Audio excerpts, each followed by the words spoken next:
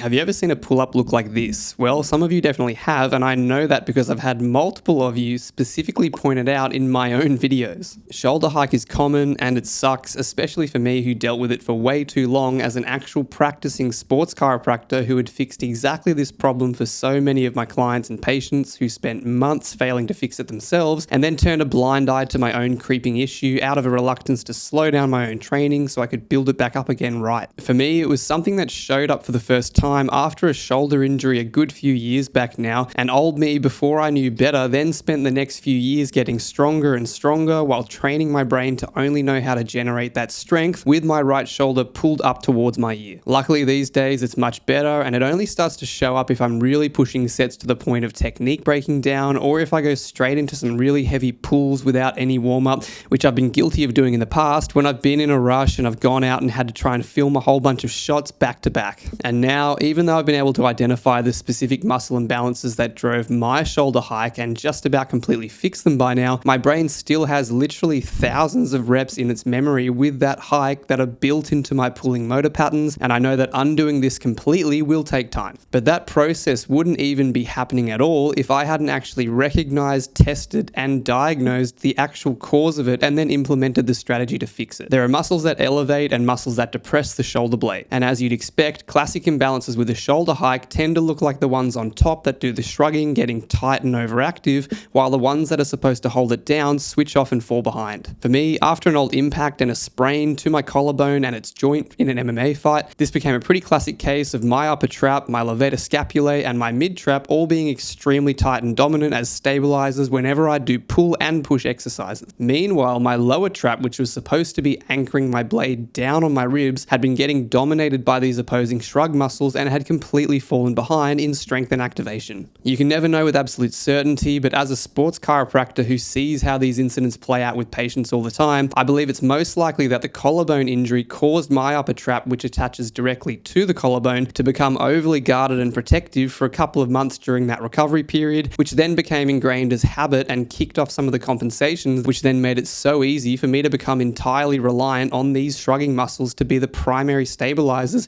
whenever I needed to use my scapula. This meant that whenever I'd start pulling or pressing and my scapula would need to lock onto my rib cage to provide a nice stable socket for my arm, I'd go straight to those tight overworking muscles to do the job, and as a result my shoulder would end up higher. And the problem is that the brain is incredibly good at adapting, and you can learn these dysfunctional patterns fast when you need them, like I did when I was in pain, but if there isn't a strong enough incentive for your brain to unlearn those later and change back, it can keep going to those new ones instead, and then before you know it, you've done thousands of reps and spent hundreds of hours reinforcing it. And as I see with clients constantly, the point at which people then try to address these isn't usually soon after they start coming up. They turn up to see me months or often years later when the flaws in those bad patterns have finally caused them pain or an injury, or at the very least have been holding them back with their training performance and their progress. So strengthening these scapular depressors, mainly the lower trap, is usually the goal here, but if you're like me and my clients, there's two big barriers that you're usually going to have to overcome if you want to actually do this. One is what we call antagonist inhibition, which just means that when your opposing muscles are already tight, overactive, and can't relax, they'll actually fight the muscles that you're trying to target and make your job of trying to strengthen them infinitely harder. Trap 3 raises and Y raises are the most common and direct exercises for the lower traps, but I've had literally dozens of clients come to see me after they've self-diagnosed or seen a trainer who's given them these, and then when I test them in a position where they can't compensate with their upper traps or their pecs, they're still incredibly weak even after months of training these sometimes. What often makes this work so much better is releasing the overactive compensating muscles first so that your weak scapular depressors actually get a chance to do their job without these immediately taking over. Usually these compensating muscles are one or multiple of the shruggers like the upper trap, levator scap, mid trap, or rhomboids,